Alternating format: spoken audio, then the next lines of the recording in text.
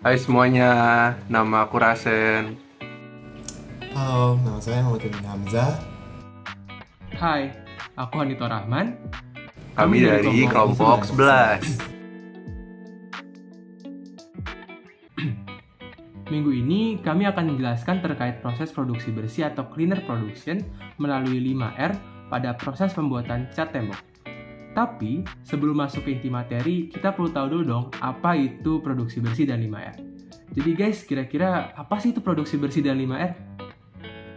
Jadi gini Dito dan teman-teman, produksi bersih itu merupakan suatu strategi untuk menghadapi timbulnya pencemaran industri melalui pengurangan timbulan limbah atau waste generation pada setiap tahap proses produksinya. Di mana poin-poin yang perlu ditekankan adalah pencegahan pencemaran ataupun pollution prevention, pengurangan pada sumber atau source reduction, dan minimalisasi limbah atau waste minimization. Jadi LIMAR itu merupakan prinsip-prinsip pokok strategi untuk mewujudkan produksi bersih yang terdiri dari rethinking, reuse, reduction, recovery, dan recycle. Nah, kalau rethinking itu sendiri itu konsep yang harus dimiliki pada saat awal kegiatan beroperasi, seperti pola produksi dan konsumsi dan sikap semua pihak yang terkait.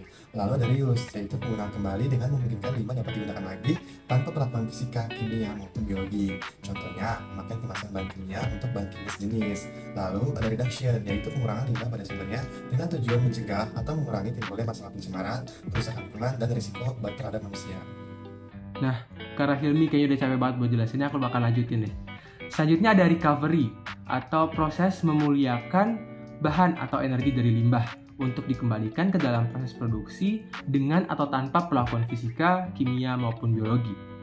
Terakhir ada recycle atau dikenal sebagai daur ulang yang berfungsi untuk memanfaatkan limbah dengan memprosesnya kembali ke proses semula yang dapat dicapai melalui perlakuan fisika, kimia, dan biologi.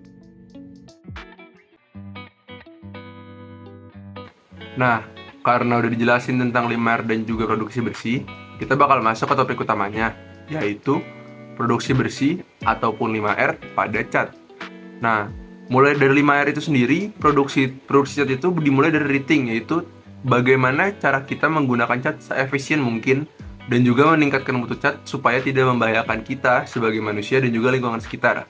Nah, untuk mengefisiensikan penggunaan cat, dapat terlebih dahulu dihitung penggunaan cat yang akan diperlukan itu berapa sehingga tidak terjadi limbah cat. Lalu juga cat yang digunakan itu diusahakan untuk bebas dari bahan-bahan berbahaya seperti timbal. Oleh sebab itu, konsumen maupun produsen harus lebih memperhatikan pengaruh penggunaan bahan-bahan berbahaya bagi lingkungan dan manusia yang digunakan ke dalam cat tersebut. Kemudian untuk reuse, pada cat tembok dapat kita lihat baik dari tahap produksi maupun hasil jadinya. Pada tahap produksi cat tembok terdapat limbah berupa air limbah produksi cat. Air limbah ini merupakan hal yang dapat membahayakan lingkungan sekitar. Oleh sebab itu, salah satu solusinya adalah menggunakan limbah tersebut dalam produksi hal lainnya seperti bata beton dan juga paving block, yang mana dapat menurunkan tingkat toksisitas dari limbah air produksi cat tersebut sehingga tidak membahayakan sekitar. Selain itu, bentuk reuse lainnya ada dalam penggunaan kembali wadah cat yang digunakan. Dapat digunakan kembali menjadi pot tanaman. Selanjutnya yaitu reduction atau pengurangan limbah dari sumbernya. Dalam hal produksi cat tembok, diperlukan air yang cukup banyak sebagai salah satu bahannya. Akan tetapi, penggunaan air yang terlalu berlebihan akan menghasilkan limbah berupa air hasil atau air bekas produksi cat yang sangat berbahaya dan beracun. Oleh sebab itu, dalam produksi cat, penggunaan air digunakan semaksimal mungkin dan diperlukan pengolahan lebih lanjut dalam bentuk instalasi pengelolaan air limbah atau IPAL, atau juga dapat digunakan dalam produksi bata beton ataupun paving block yang terbukti dapat menurunkan toksisitas dari air bekas hasil produksi cat tersebut. Nah, yang terakhir itu recycle atau daur ulang. Nah, pada cat ini sendiri, karena cat itu adalah bahan sekali pakai, maka tidak akan mudah untuk mendaur ulang bahan tersebut. Yang kita fokuskan di sini adalah air berlimbah produksi pada cat itu sendiri, di mana diperlukan IPAL atau instalasi pengolahan air limbah yang akan membuang air tersebut dengan baik dan membuat air tersebut steril dari racun dan kotoran.